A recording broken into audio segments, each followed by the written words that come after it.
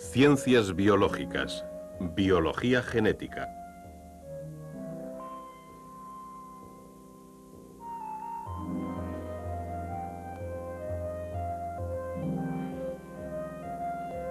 Células sexuales, un huevo rodeado de esperma, el momento de la fertilización. Las células sexuales son un punto crucial de la genética, el campo que investiga la herencia y en última instancia las propias unidades que controlan la vida, los genes. Pero, ¿qué hace que las células sexuales sean diferentes de las otras? La respuesta se encuentra en los cromosomas, los cuerpos que contienen los genes ubicados en el núcleo celular. Todas las células nucleadas contienen cromosomas, 4 en cada célula de este gusano redondo, 16 en cada célula de esta planta, 46 diminutos cromosomas en las células humanas, números pares, porque en cada célula hay 2 conjuntos iguales de cromosomas. Las células sexuales constituyen la excepción. Estas células especiales de reproducción tienen un conjunto, un solo conjunto. A través de la fertilización, el individuo nuevo inicia la vida con pares de cromosomas. Estas parejas de cromosomas, un conjunto de cada progenitor, es un acontecimiento relativamente reciente en la escala de tiempo biológica. Las primeras formas de vida eran semejantes a bacterias, organismos con cromosomas únicos impares. Estas células primitivas no contienen núcleos y sin embargo siguen siendo la forma única de vida a lo largo de más de 2000 millones de años. Pero luego, en el registro fósil de hace aproximadamente 1000 millones de años, empezaron a aparecer realizaciones más avanzadas, células con núcleos capaces de reproducción sexual. Si observamos a sus descendientes modernos bajo el microscopio, se tiene el sentimiento de regresar en el tiempo hasta el origen de nuestra vida sexual.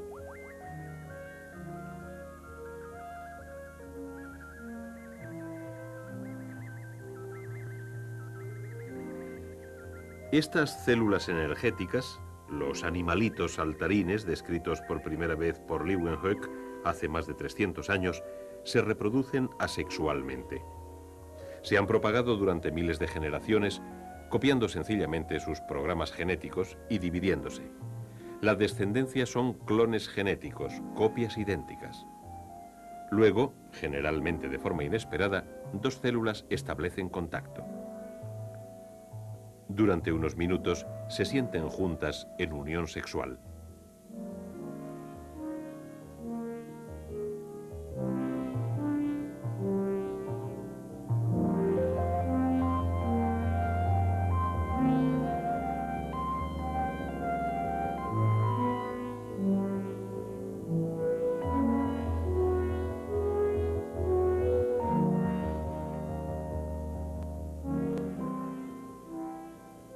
Durante este apareamiento primitivo hay un flujo de material genético entre las células.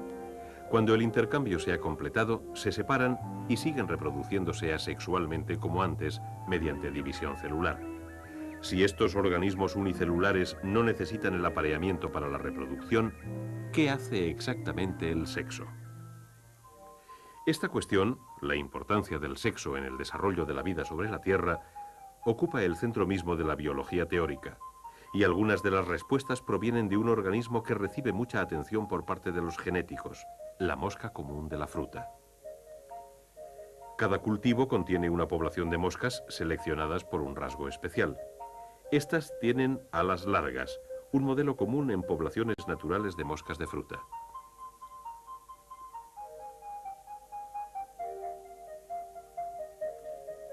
Esta población tiene alas cortas.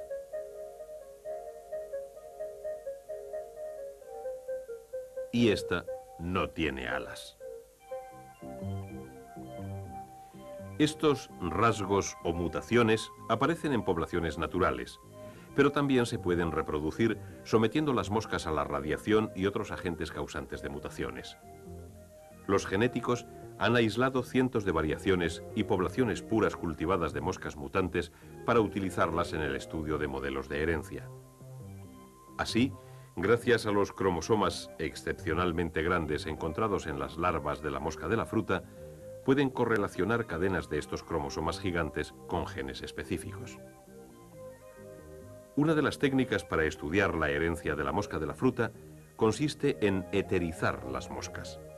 El someterlas durante unos minutos permite al investigador separarlas por sexos y establecer cruces experimentales. Por ejemplo, si las hembras de alas cortas se cruzan con machos de una raza pura de moscas de alas largas, ¿cómo serán las alas de los descendientes? No es fácil observar la vida amorosa de las moscas de la fruta, pero al día siguiente se encuentran huevos fértiles. Algunos de ellos se han convertido realmente en larvas.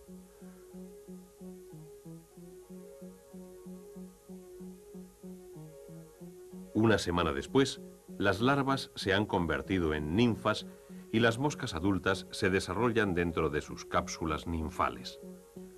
Unos días más y están listas para salir, pero ¿con qué tipo de alas? ¿Largas? ¿Cortas? ¿Intermedias? ¿Y qué genes de alas llevarán? Recuerden que en los organismos sexuales los cromosomas se dan en pares, y he aquí los genes que gobiernan la longitud de las alas. Estas moscas puras de alas largas tienen genes de largo en ambos cromosomas. Las moscas de alas cortas tienen genes de corto. En los machos de alas largas, cada esperma tendrá un cromosoma que lleva un programa genético de alas largas. Cada hembra producirá huevos que llevan genes de alas cortas. Cada descendiente recibe un cromosoma que lleva un gene para largo y otro para corto. Serán combinaciones genéticas diferentes a las de sus padres. Pero ¿qué clase de alas saldrá de conjuntos opuestos de instrucciones genéticas? Cuando salen los adultos y se despliegan sus alas, todos tienen alas largas, exactamente igual que sus progenitores. No hay moscas de alas cortas ni ninguna con alas intermedias. En cierto modo, durante el desarrollo, los genes de alas largas dominaron a los de las cortas. ¿Qué pasa en la segunda generación? 2 semanas después del apareamiento, salen las nuevas moscas y aproximadamente una cuarta parte de los descendientes tienen alas cortas. Apareció un rasgo que estuvo oculto durante una generación. Este tipo de variación oculta no está limitada al laboratorio. En la naturaleza, los rasgos ocultos surgen siempre en los organismos sexuales. El albinismo, la falta de pigmento de color, es un ejemplo muy visible de esta variación oculta. Pocos albinos llegan a ranas maduras capaces de aparearse, pero el rasgo persiste en muchas poblaciones de ranas. Nuestras moscas de la primera generación, que llevan ambos genes de alas, el dominante y el recesivo, muestran la razón. Cuando sus cromosomas por pares se parcelan para hacer 6 células, la mitad lleva genes de largo y la otra mitad genes de corto. Al rellenar la tabla con todas las fertilizaciones posibles, se producen 3 tipos de moscas genéticamente diferentes. Pero ¿cómo serán? Como el largo es dominante, la proporción esperada es de 3 largos por 1 corto. 3:1, casi la proporción entre alas largas y cortas vista en nuestros grupos de moscas de segunda generación. Y 2 de cada 3 de estas moscas de alas largas llevan un programa genético oculto para alas cortas.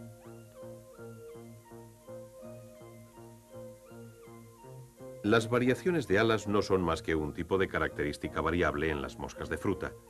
Hay variación en tamaño, coloración, procesos internos y hasta en el comportamiento. Y la variación permite adaptaciones a nuevos medios.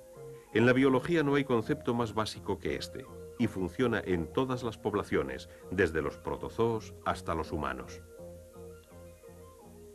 El estudio reciente de un gene humano muestra la importancia de la variación. El estudio implica a un gene que codifica una parte de una proteína que todos nosotros fabricamos. Hemoglobina, la proteína roja que lleva oxígeno en las células sanguíneas. Es asombroso considerar que cada célula sanguínea roja que pasa por un capilar contiene 300 millones de moléculas de hemoglobina, cada una de ellas fabricada de perfecto acuerdo con las instrucciones genéticas escritas en el ADN, las moléculas de información de que están hechas los genes. Lo que llamó primero el interés de los genéticos fue que no toda la hemoglobina humana es la misma. Una forma variante se encuentra en ciertas poblaciones de África. Los bioquímicos han mostrado que la hemoglobina, como otras proteínas, se compone de una secuencia de aminoácidos. unos 150 en cada una de las 4 cadenas. La secuencia de aminoácidos y la estructura tridimensional de la hemoglobina se ha averiguado con todo detalle. La forma variante de hemoglobina difiere al sustituir un aminoácido, valina por ácido glutámico. Esta sustitución es el resultado de una mutación en el código ADN de la hemoglobina.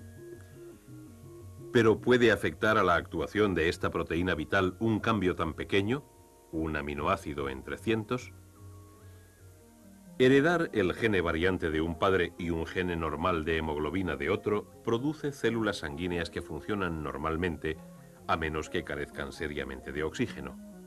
Con una concentración baja de oxígeno, las células se colapsan, como las 3 de cerca del centro, que adoptan una forma oblonga o de hoz. Sin embargo, si el gene de célula oblonga se hereda de ambos padres, el problema es mucho más serio.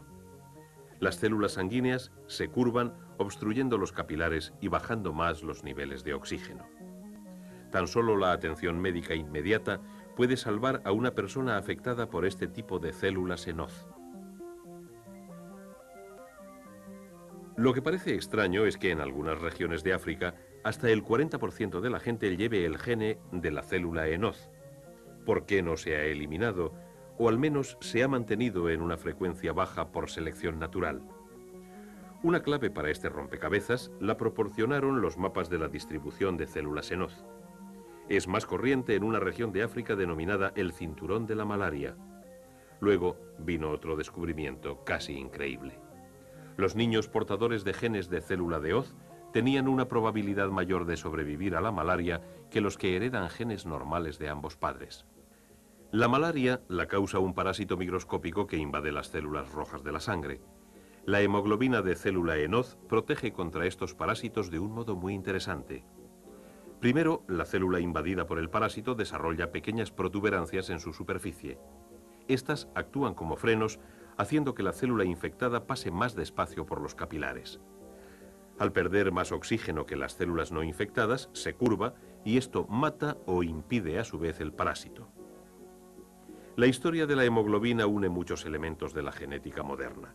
Podemos imaginar cómo pueden derivarse nuevos genes de los ya existentes mediante mutaciones en el código ADN. Asimismo, cómo la selección ajusta la composición genética de una población, manteniéndola a tono con su medio ambiente. La investigación de la célula en hoz y otras como ella supuso una revolución en la genética. En esta nueva biología, los genes se aíslan y su ADN se analiza con una variedad cada vez mayor de técnicas. Centrándonos en el ADN, los genéticos han alcanzado un objetivo increíble: la síntesis de nuevos genes. La mayor parte de esta investigación está encaminada a entender cómo trabajan los genes, a indagar empíricamente la naturaleza de la vida. Pero los genéticos aprenden también a utilizar los genes para hacer productos, proceso denominado ingeniería genética. Empalmar genes fabricados en microbios es uno de los primeros pasos de un programa de ingeniería genética. Los microbios son huéspedes complacientes que producen miles de millones de copias idénticas, y cada diminuto organismo arranca el producto programado por el nuevo gene. Los microbios producen ya productos médicos útiles: insulina para combatir la diabetes, interferón contra los virus y el cáncer, y otros prometedores productos de la ingeniería biológica. Pero los investigadores están elaborando también técnicas para puentear a los microbios, por ejemplo, para introducir directamente sus genes fabricados en las plantas. Imagínense plantas diseñadas para producir más alimento, mejor nutrición, más resistencia a las enfermedades. Estos son los objetivos a largo plazo de los ingenieros genéticos. Los genéticos han avanzado mucho.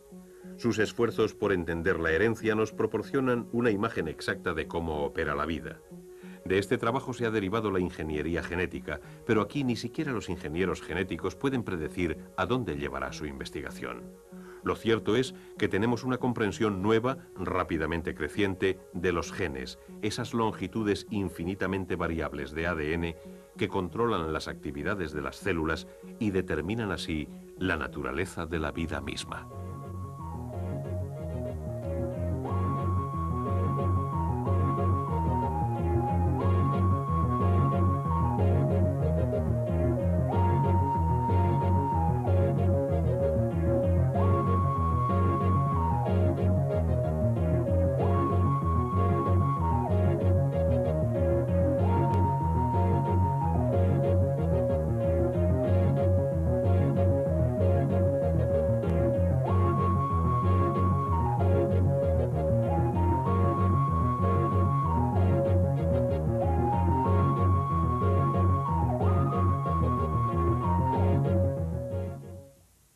protege contra estos parásitos de un modo muy interesante.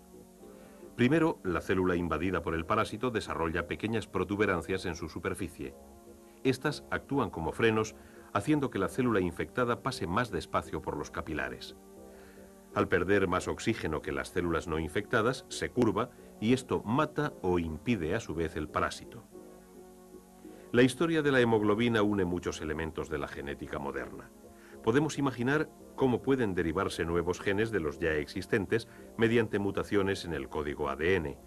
Asimismo, cómo la selección ajusta la composición genética de una población manteniéndola a tono con su medio ambiente. La investigación de la célula ENOZ y otras como ella supuso una revolución en la genética. En esta nueva biología, los genes se aíslan y su ADN se analiza con una variedad cada vez mayor de técnicas. Centrándonos en el ADN, los genéticos han alcanzado un objetivo increíble: la síntesis de nuevos genes. La mayor parte de esta investigación está encaminada a entender cómo trabajan los genes, a indagar empíricamente la naturaleza de la vida. Pero los genéticos aprenden también a utilizar los genes para hacer productos, proceso denominado ingeniería genética. Empalmar genes fabricados en microbios es uno de los primeros pasos de un programa de ingeniería genética. Los microbios son huéspedes complacientes que producen miles de millones de copias idénticas, y cada diminuto organismo arranca el producto programado por el nuevo gene. Los microbios producen ya productos médicos útiles: insulina para combatir la diabetes, interferón contra los virus y el cáncer, y otros prometedores productos de la ingeniería biológica. Pero los investigadores están elaborando también técnicas para puentear a los microbios, por ejemplo, para introducir directamente sus genes fabricados en las plantas. Imagínense plantas diseñadas para producir más alimento, mejor nutrición, más resistencia a las enfermedades. Estos son los objetivos a largo plazo de los ingenieros genéticos. Los genéticos han avanzado mucho. Sus esfuerzos por entender la herencia nos proporcionan una imagen exacta de cómo opera la vida. De este trabajo se ha derivado la ingeniería genética, pero aquí ni siquiera los ingenieros genéticos pueden predecir a dónde llevará su investigación. Lo cierto es que tenemos una comprensión nueva, rápidamente creciente, de los genes, esas longitudes infinitamente variables de ADN que controlan las actividades de las células y determinan así la naturaleza de la vida misma.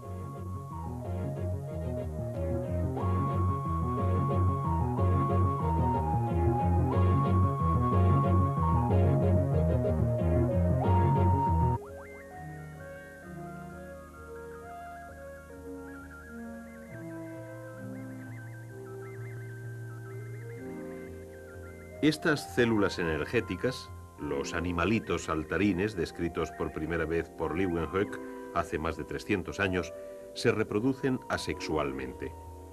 Se han propagado durante miles de generaciones, copiando sencillamente sus programas genéticos y dividiéndose. La descendencia son clones genéticos, copias idénticas. Luego, generalmente de forma inesperada, dos células establecen contacto.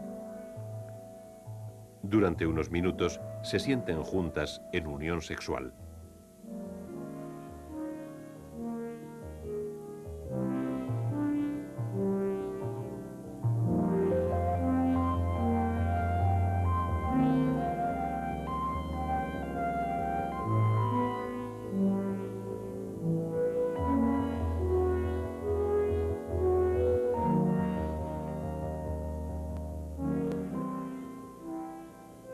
Durante este apareamiento primitivo hay un flujo de material genético entre las células.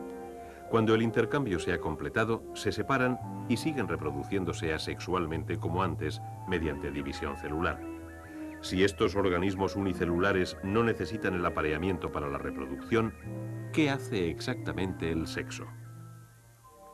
Esta cuestión, la importancia del sexo en el desarrollo de la vida sobre la Tierra, ocupa el centro mismo de la biología teórica. Y algunas de las respuestas provienen de un organismo que recibe mucha atención por parte de los genéticos, la mosca común de la fruta. Cada cultivo contiene una población de moscas seleccionadas por un rasgo especial. Estas tienen alas largas, un modelo común en poblaciones naturales de moscas de fruta.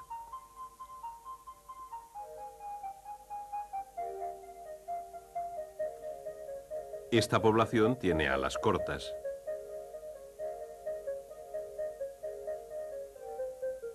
Y esta no tiene alas.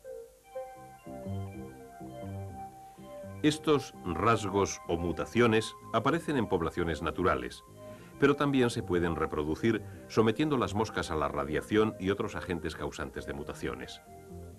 Los genéticos han aislado cientos de variaciones y poblaciones puras cultivadas de moscas mutantes para utilizarlas en el estudio de modelos de herencia.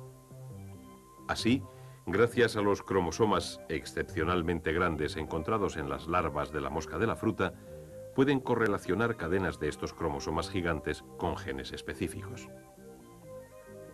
Una de las técnicas para estudiar la herencia de la mosca de la fruta consiste en eterizar las moscas largas.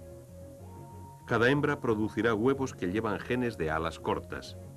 Cada descendiente recibe un cromosoma que lleva un gene para largo y otro para corto. Serán combinaciones genéticas diferentes a las de sus padres. Pero, ¿qué clase de alas saldrá de conjuntos opuestos de instrucciones genéticas? Cuando salen los adultos y se despliegan sus alas, todos tienen alas largas, exactamente igual que sus progenitores. No hay moscas de alas cortas ni ninguna con alas intermedias. En cierto modo, durante el desarrollo, los genes de alas largas dominaron a los de las cortas. ¿Qué pasa en la segunda generación? 2 semanas después del apareamiento, salen las nuevas moscas y aproximadamente una cuarta parte de los descendientes tienen alas cortas. Apareció un rasgo que estuvo oculto durante una generación. Este tipo de variación oculta no está limitada al laboratorio. En la naturaleza, los rasgos ocultos surgen siempre en los organismos sexuales.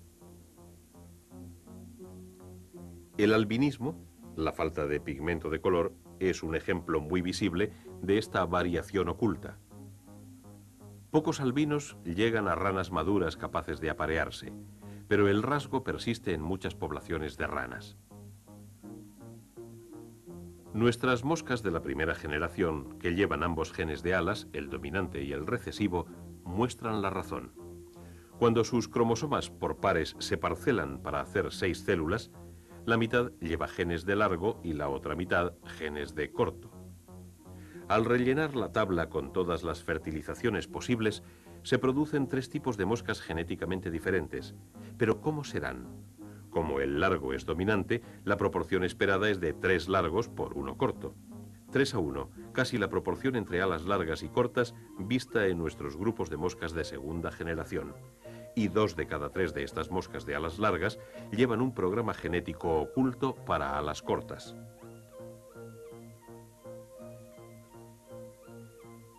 Las variaciones de alas no son más que un tipo de característica variable en las moscas de fruta. Hay variación en tamaño, coloración, procesos internos y hasta en el comportamiento.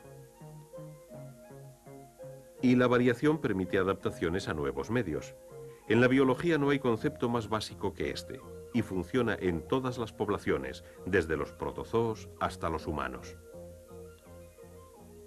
El estudio reciente de un gene humano muestra la importancia de la variación. El estudio implica a un gene que codifica una parte de una proteína que todos nosotros fabricamos. Hemoglobina, la proteína roja que lleva oxígeno en las células sanguíneas. Es asombroso con consideraciones, desde los protozoos hasta los humanos. El estudio reciente de un gene humano muestra la importancia de la variación. El estudio implica a un gene que codifica una parte de una proteína que todos nosotros fabricamos. Hemoglobina, la proteína roja que lleva oxígeno en las células sanguíneas. Es asombroso considerar que cada célula sanguínea roja que pasa por un capilar contiene 300 millones de moléculas de hemoglobina, cada una de ellas fabricada de perfecto acuerdo con las instrucciones genéticas escritas en el ADN, las moléculas de información de que están hechas los genes. Lo que llamó primero el interés de los genéticos fue que no toda la hemoglobina humana es la misma. Una forma variante se encuentra en ciertas poblaciones de África. Los bioquímicos han mostrado que la hemoglobina, como otras proteínas, se compone de una secuencia de aminoácidos, unos 150 en cada una de las 4 cadenas. La secuencia de aminoácidos y la estructura tridimensional de la hemoglobina se ha averiguado con todo detalle. La forma variante de hemoglobina difiere al sustituir un aminoácido, valina por ácido glutámico. Esta sustitución es el resultado de una mutación en el código ADN de la hemoglobina. ¿Pero puede afectar a la actuación de esta proteína vital un cambio tan pequeño, un aminoácido entre cientos? Heredar el gene variante de un padre y un gene normal de hemoglobina de otro produce células sanguíneas que funcionan normalmente, a menos que carezcan seriamente de oxígeno. Con una concentración baja de oxígeno, las células se colapsan, como las tres de cerca del centro, que adoptan una forma oblonga o de hoz. Sin embargo, si el gene de célula oblonga se hereda de ambos padres, el problema es mucho más serio. Las células sanguíneas se curvan, obstruyendo los capilares y bajando más los niveles de oxígeno. Tan solo la atención médica inmediata puede salvar a una persona afectada por este tipo de células en hoz. Lo que parece extraño es que en algunas regiones de África hasta el 40% de la gente lleve el gene de la célula en hoz. ¿Por qué no se ha eliminado? O al menos se ha mantenido en una frecuencia baja por selección natural. Una clave para este rompecabezas la proporcionaron los mapas de la distribución de células en hoz. Es más corriente en una región de África denominada el cinturón de la malaria. Luego vino otro descubrimiento casi increíble. Los niños portadores de genes de célula de hoz tenían una probabilidad mayor de sobrevivir a la malaria que los que heredan genes normales de ambos padres. La malaria la causa un parásito microscópico que invade las células rojas de la sangre. La hemoglobina